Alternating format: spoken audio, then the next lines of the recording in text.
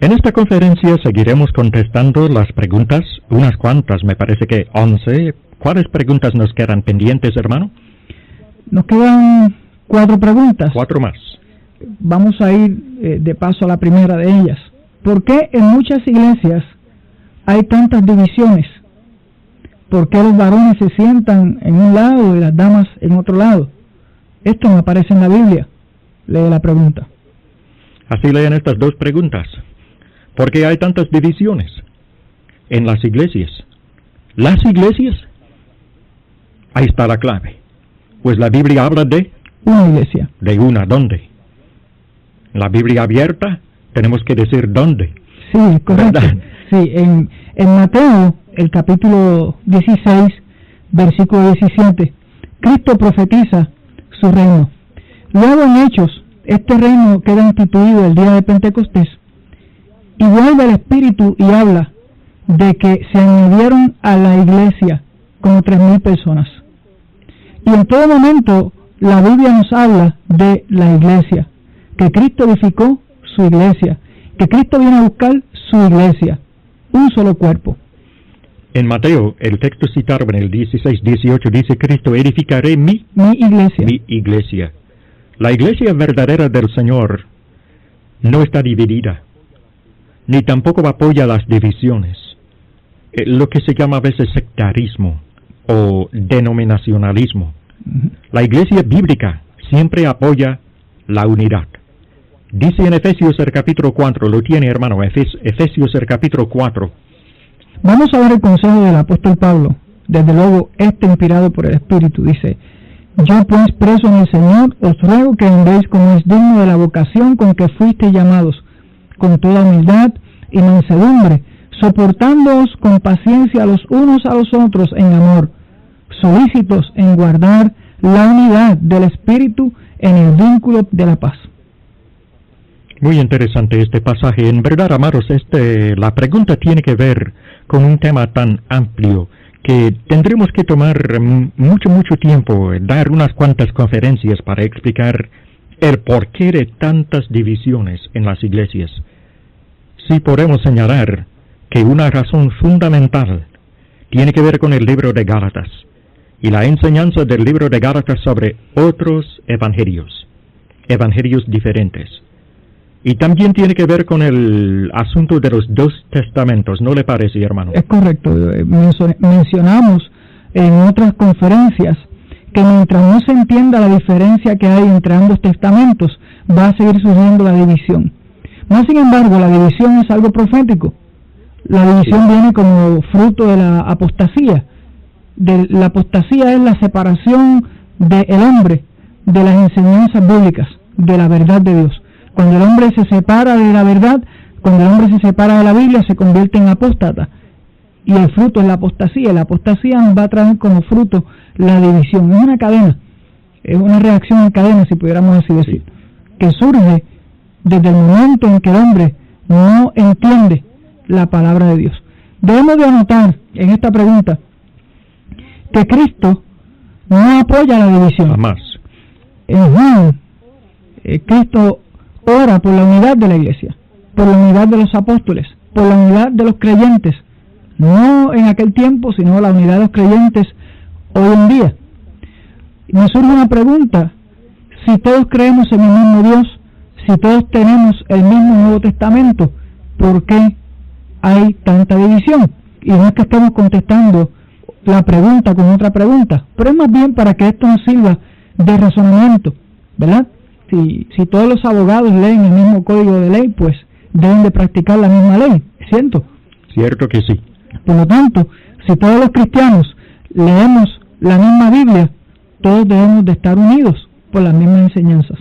Y son cuestiones de interpretación muchas veces, falta de conocimiento otras, mandamientos de hombre en otras ocasiones, y hasta que el hombre no vuelva a la lectura de la palabra y a la observancia de lo que hay ahí, y lo que ahí dice, estaremos divididos. Y estamos llamando siempre a la unidad, ¿no, hermano? Es correcto. La Biblia llama a la unidad. El pasaje dice: solícitos en guardar la unidad del Espíritu en el vínculo de la paz. Solícitos, que nos esmeremos, que pongamos todo nuestro empeño, nuestra dedicación para estar unidos en el vínculo de la paz, en la palabra de Dios. La afirmación nuestra, el llamamiento nuestro es que todos los creyentes debemos estar en la iglesia de la Biblia, bajo un solo testamento, el nuevo, viviendo conforme a una sola regla. Así estamos llamando y enseñando, pues es bíblico hablar de esta manera. ¿Y esa otra pregunta cómo era? La otra pregunta dice, ¿por qué los varones se sientan a un lado y las damas a otro lado? Esto es más bien, me imagino que será en los templos, ¿verdad? Sí. Sí, ¿por qué se sientan los varones a un lado y las damas a otro? Bueno, es más de lo mismo. O sea, es una práctica donde media la voluntad del hombre y no la voluntad de Dios. Es un mandamiento humano donde, por lo menos yo no he encontrado base bíblica para sostenerlo. Yo no me atrevería a enseñarlo porque no voy a poder sostenerlo con la Biblia. Y como no puedo sostenerlo con la Biblia, no lo puedo implementar como doctrina. O sea, y esa debe ser la regla, ¿verdad? Amén. El hombre va más allá, viola la voluntad de Dios y establece sus normas, lo que el hombre cree que es mejor, olvidándose de lo que dice la Biblia. Y como decíamos en la conferencia anterior, hay a veces buenas intenciones con malos resultados, y esta es una de ellas. Sinceramente, hermano, pensando en este tema, que de hecho no se presenta en la Biblia, por lo tanto no podemos dar una contestación bíblica, o sea que no podemos implantar una ley, ya que no es tema bíblico esto de tener a las mujeres en un lado y los hombres en el otro lado, pero pienso que qué hermoso es que una familia cristiana, ¿qué le parece que el esposo y la esposa con sus hijos, que todos estén juntos en un banco, en unas sillas de un templo y todos juntos adoran de esa manera al Señor? Me parece mucho más apropiado, mucho más hermoso. Es correcto, y esa unidad va a quedar manifiesta en el lugar de reunión, en el templo, y además de eso, esa unidad va a seguir a esa familia hasta el hogar. Van a permanecer unidos. Pero si en el templo los separamos, en el hogar, pues ¿qué se va a esperar? ¿Verdad? ¿Qué otra pregunta hay para la sesión? Hay una aquí muy interesante. Vamos a ver si la podemos leer rápidamente. ¿Usan ustedes, nosotros, si utilizamos nosotros, además del Nuevo Testamento, el Viejo Testamento? Y luego hace otra pregunta a nuestro amigo, ¿cuál de los dos testamentos deben seguir los gentiles? ¿Y dónde aparece esto en la Biblia? ¿Ok? ¿Por qué? O si utilizamos nosotros, además del Nuevo Testamento, el Viejo Testamento.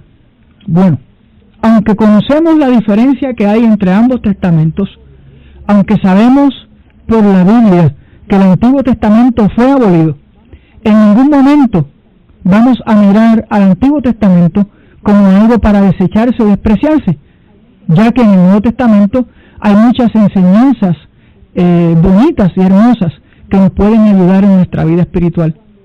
Además de eso, cuando estudiamos el Viejo Testamento, podemos ver con claridad de dónde sale el Nuevo, ¿verdad? Es como, el Viejo Testamento es como estudiar las raíces de la gracia, de dónde viene la gracia, el principio de todas las cosas. Utilizamos el Viejo Testamento para referencia, pero no utilizamos el Viejo Testamento en ningún momento como base para la doctrina de la iglesia o para las leyes que debe de observar el cristiano hoy en día. Como hemos mencionado en otras ocasiones, el Nuevo Testamento menciona los puntos de la ley, pudiéramos decir el ministerio de Moisés, de los patriarcas, de los profetas, unas leyes específicas para la nación de Israel, para el pueblo de Israel, mientras que el Nuevo Testamento menciona las leyes de los gentiles, del nuevo pueblo de Dios. Menciona la gracia, la misericordia de Dios dada a través de Cristo, el ministerio de Cristo, el ministerio de la reconciliación del hombre con Dios. Romanos dice, por cuanto todos pecaron, todos han sido destituidos de la gracia de Dios. El Nuevo Testamento menciona la nueva relación, la reconciliación que hay entre el hombre y Dios. Por lo tanto, observamos el Nuevo Testamento, practicamos el Nuevo Testamento, estudiamos el Viejo Testamento. Hay dos diferencias bien marcadas: la observación o la observancia o la práctica en sí, ya es cuando vamos a la acción, a lo que debemos de hacer. Nuestra ley como gentiles está en el Nuevo Testamento. El estudio para referencias lo hacemos en el Viejo Testamento. El estudio para trasfondos históricos también. También es de la era patriarcal, antes de que fuera dada la ley en el monte de Sinaí. Y la historia del pueblo de Israel. No vamos a arrancar, como dicen algunos, pues nos dicen de esta manera: si ustedes no creen en el Antiguo Testamento, pues vamos a arrancarlo de la Biblia, ya que no se trata de un testamento en vigor. No, eso no se va a hacer entre nosotros los cristianos, porque el Antiguo Testamento tiene, como bien nos ha dicho el hermano, tiene mucho valor, como para darnos los detalles de la historia, como para enseñarnos cómo Dios obra entre los pueblos, cómo Dios se manifiesta en sus siervos. Encuentro un texto interesante, hermanos y amigos que nos escuchan, en la 1 de Corintios, el capítulo 10, donde desde el principio del capítulo se habla de unas cosas acontecidas durante aquellas épocas patriarcales y mosaicas. Dice: porque no quiero, hermanos, que ignoréis que nuestros padres todos estuvieron bajo la nube, y todos pasaron por el mar, y todos en Moisés fueron bautizados en la nube y en el mar, etc. Y luego bajando al versículo 8, hermano, por favor, quiere leer desde el 8 hasta el 11, haciendo hincapié en el versículo 11. Ok, dice así el texto: ni forniquemos, como algunos de ellos fornicaron y cayeron en un día 23,000. Ni tentemos al Señor, como también algunos de ellos le tentaron y perecieron por las serpientes. No murmuréis, como algunos de ellos murmuraron y perecieron por el destructor. Y estas cosas les acontecieron como ejemplo, y están escritas para amonestarnos a nosotros, a quienes han alcanzado los fines de los siglos. Y estas cosas les acontecieron como ejemplo. Como ejemplo. Y están escritas para amonestarnos a quienes. ¿Para qué? Amonestarnos a nosotros. O sea, una amonestación es un consejo con un fin correctivo, ¿verdad? Sí. ¿A quiénes? A nosotros los que hemos alcanzado los fines de los siglos. ¿Qué es eso, los fines de los siglos? La última época, la época cristiana. El último tratado de Dios con el hombre. Amén. Así que ahí tenemos la contestación. El Antiguo Testamento nos sirve para mucho, pero no como fuente de ley para la iglesia, el culto de la iglesia, el gobierno de la iglesia, etcétera. Todas esas leyes están en el Nuevo Testamento, amados, no en el Viejo. Siguiendo un breve ejemplo, hermano, fíjese, en el Nuevo Testamento la enseñanza era que Dios designó a la tribu de Leví y escogió esta tribu para el sacerdocio de su pueblo. Mas, sin embargo, en el Nuevo Testamento menciona que todos somos hechos sacerdotes, sí, que todos somos reyes y sacerdotes, ya no solamente una tribu, ¿verdad? Así mismo. Sería interesante que en Puerto Rico, pues los cagüeños fueran los designados al sacerdocio y el resto de los pueblos pues fueran el pueblo, pero no es así. No es así. Todos somos reyes y sacerdotes, ya no hay un sacerdocio específico. Por lo tanto, ahora no podemos nosotros presentarnos delante de un hombre porque éste ostente un título de sacerdote y tome autoridad absoluta sobre los feligreses o sobre los seguidores, sino que nosotros como sacerdotes tenemos el derecho, la obligación y la responsabilidad de presentarnos directamente al sumo sacerdote, que es Cristo Jesús. Jesucristo.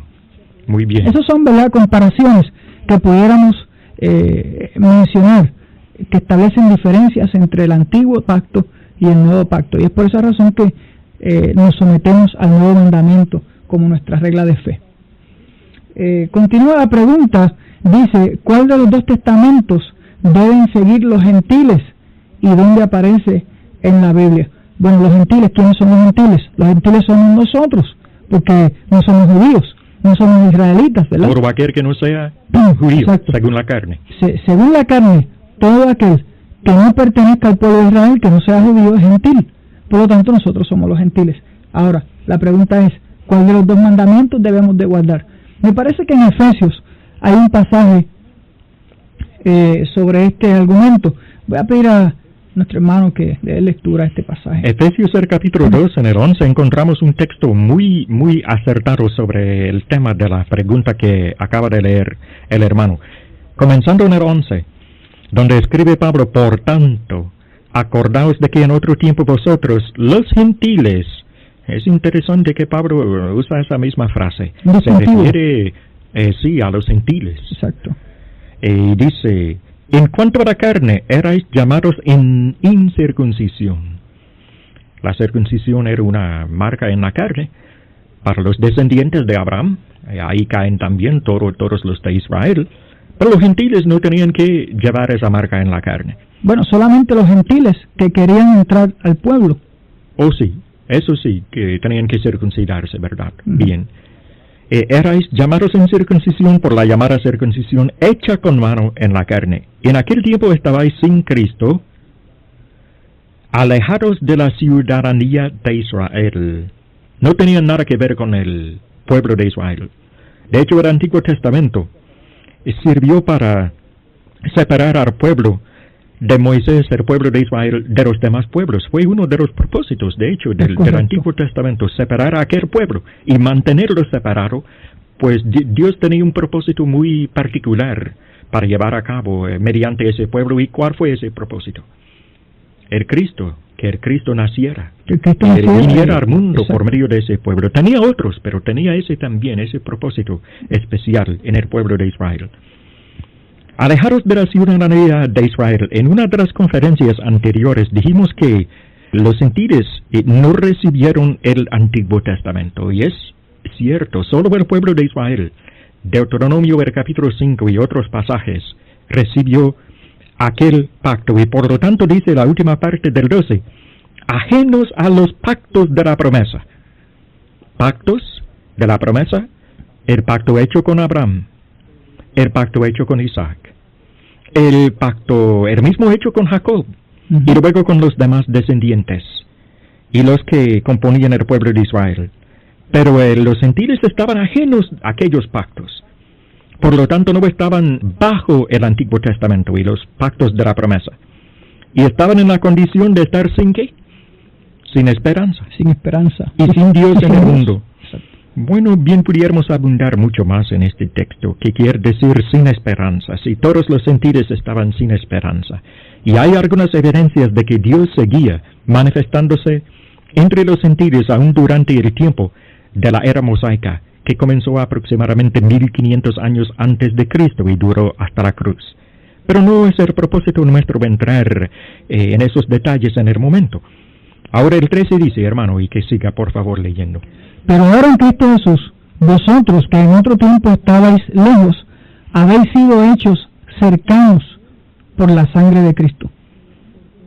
El 14 dice, porque Él es nuestra paz, que de ambos pueblos hizo uno, derribando la pared intermedia de separación, aboliendo en su carne las enemistades, la ley de los mandamientos, expresados en ordenanzas, para crear en sí mismo de los dos un solo y nuevo hombre, haciendo la paz, y mediante la cruz reconciliar con Dios a ambos en un solo cuerpo, matando en ella las enemistades.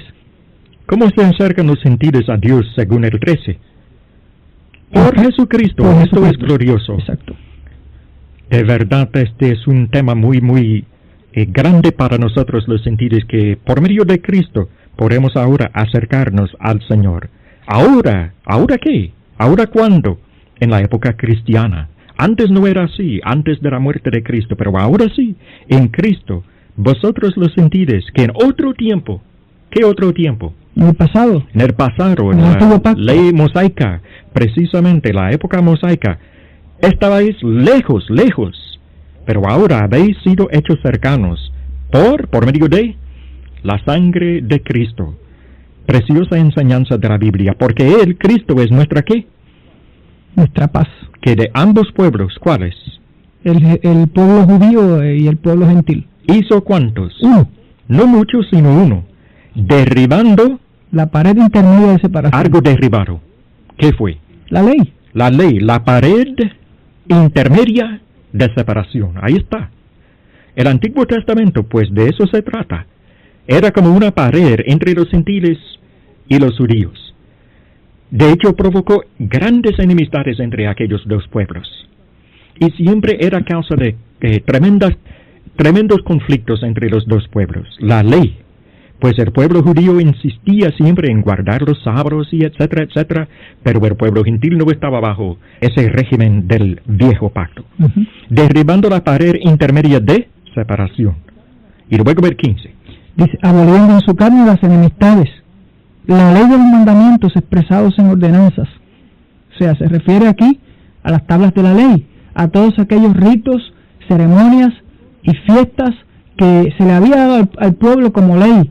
Todo eso fue abolido, fue derribado, fue quitado, según nos expresa el pasaje, para crear de ambos pueblos un solo hombre espiritual, haciendo la paz. ¿Cuál paz? Recordemos que hemos mencionado en otros estudios que debido al pecado del hombre no había paz entre el hombre y Dios. Había guerra. Dios se constituyó enemigo del hombre. No porque Dios sea malo, sino por el pecado del hombre, ¿verdad? Amén. Dios se constituyó enemigo del hombre y el hombre enemigo de Dios. Había guerra entre estos dos imperios, la humanidad como un reino terrenal y Dios representando el reino espiritual. En Cristo, Dios trajo la paz al hombre, trajo la reconciliación. Hermano, y es de suma tristeza que ahora los gentiles, después de haber sido redimidos por Cristo Jesús, quieran seguir permaneciendo, quieran seguir sujetos a la ley de la esclavitud para acercarse a Dios. O sea, es triste que luego de Dios haber enviado a Cristo y la gracia y la misericordia, los gentiles quieran seguir sujetándose a mandamientos, a ritos, a estas cosas de la ley, como le sucedía a los Gálatas, que habiendo comenzado por el Espíritu ya querían seguir por las cosas de la carne, la circuncisión, el guardar los sábados, los días, los años, los ayunos y todas estas cosas que no tienen que ver en ningún momento con la gracia salvadora de Jesucristo. Es interesante en verdad lo que ha dicho usted, hermano. En verdad los gentiles de hoy día, de pleno siglo XX, parece que están empeñados todavía en hacerse, la palabra es prosélitos. Como en aquel tiempo, bajo el Antiguo Testamento, los gentiles que aceptaban el Antiguo, aunque los judíos no estaban en el deber de evangelizar entre ellos, comprendemos. Sin embargo, algunos gentiles aceptaron a Jehová del Antiguo Testamento y el Antiguo Pacto, se convirtieron en prosélitos bajo el Antiguo Testamento, sometiéndose al Viejo Testamento. ¿Y qué pasa en el día de hoy? Lo mismo, que Dios ha creado por medio de Cristo de los dos pueblos un solo y nuevo hombre, la iglesia, el reino del Señor, el nuevo hombre espiritual. Pero los gentiles siguen empeñados en hacerse prosélitos como bajo el Antiguo Testamento. Suceden dos cosas que nos preocupan, ¿verdad? O sea, hoy en día los judíos siguen esperando a Cristo. Sí. Entonces, los gentiles que hemos sido redimidos por Cristo, al igual que los judíos, siguen pendientes al Antiguo Testamento y tratando de seguir guardando lo que los judíos hoy todavía guardan, mientras Cristo está ahí esperando con los brazos abiertos que el hombre se reconcilie y vuelva a Él. Y nos llama a la libertad, nos invita a que lleguemos a Él y que aceptemos esa libertad en Él, haciendo la paz. Es verdad que Cristo logró la paz entre Dios y el hombre, y también lo grandioso es que logró la paz entre los judíos y los gentiles. Y vamos a terminar con el 16. Y mediante la cruz, reconciliar con Dios a ambos, en un solo cuerpo, Israel y los gentiles en un solo cuerpo, que es, el cuerpo es la iglesia, amados, matando en ella las enemistades en la cruz. Hasta aquí la conferencia para esta ocasión. Dios les bendiga a todos. Amén.